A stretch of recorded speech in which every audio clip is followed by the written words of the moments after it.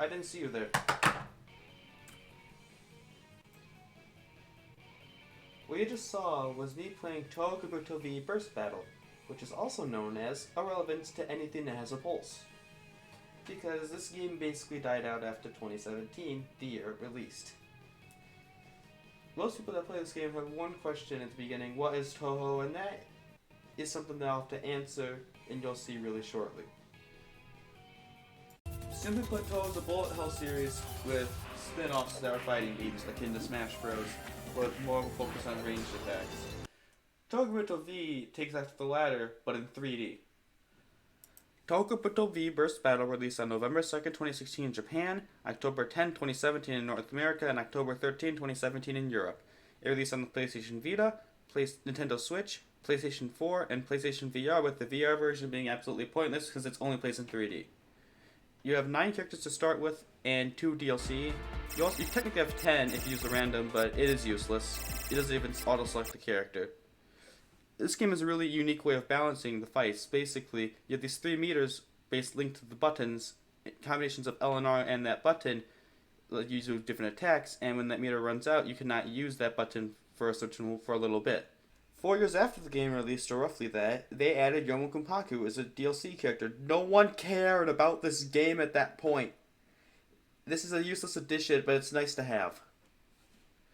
There's also a nice versus human mode if you want to fight people. It ain't good. The screen is cut in half. Half the devices are handheld. So you're using like a screen the size of a grape at that point. It's just stupid. There's also online, which for a Switch game from the 2017, and I'm playing this in 2022, yeah, it dead.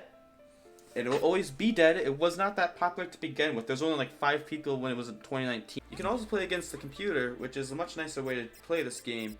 You can choose your stage, your music, the number of wins you need, if you're always facing the opponent, and your level. The level, for some dumb reason, goes from 0 to 7. I'm guessing it's at 8 bits. Or 4 bits, my bad. And then, long-ass loading screens. And for battles that are stupid short. If both players are the same color, player 2 gets to be a color of different character franchise, which is dumb. There's no way to do it as player 1. That is the same as if it's Smash Bros. You could only be red Toon Link if player 1 was green Toon Link, or blue Toon Link if player 1 and 2 were green and red Toon Link together, or purple Toon Link if players 1, 2, and 3 were green, red, and blue, respectively, which is absolutely stupid as a concept. This is applied further to make it look like there's more rosters. Some of them make sense, like Mei Ling's alt is Yoshika. Those are the only Chinese-based characters in the game. Chino's alt is Daiose. They're best friends in the game. Makes sense. Vermilion and Satori make sense. Their bosses in the main game have a mansion each. Flandre and Midoriko make absolutely no sense. The only comparison is that they're both little and short, and they're both younger sister. They kind of look the same, but it also shows that they actually did do texture work for this instead of just recoloring it entirely. There's also a story mode.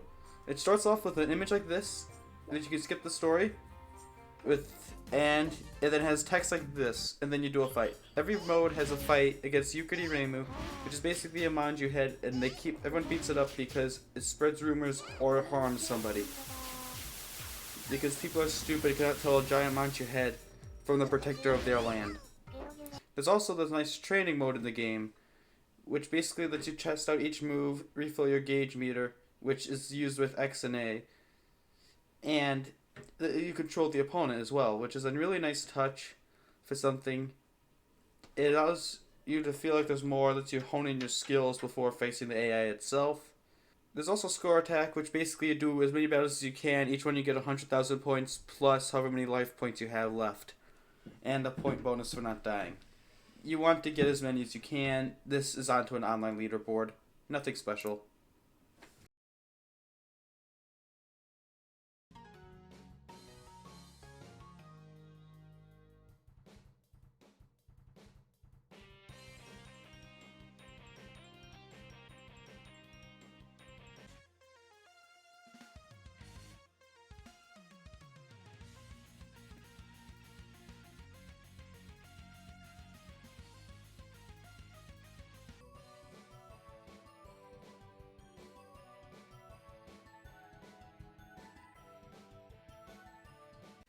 overall, Kobuto V is a fun little experience that if you have it, you'll enjoy it. There is a lot to be had with how replayable all the games are, and all the different character combinations you can fight as.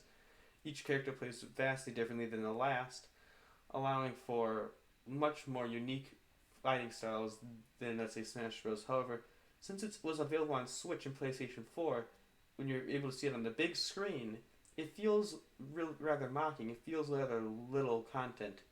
At that point, you feel like, why aren't I just playing Smash Bros. Or PlayStation All Stars? Those are much better games with much higher scores. This game basically has no hook to drag you in, but if you have it, you're set. That is all I like to say about this game.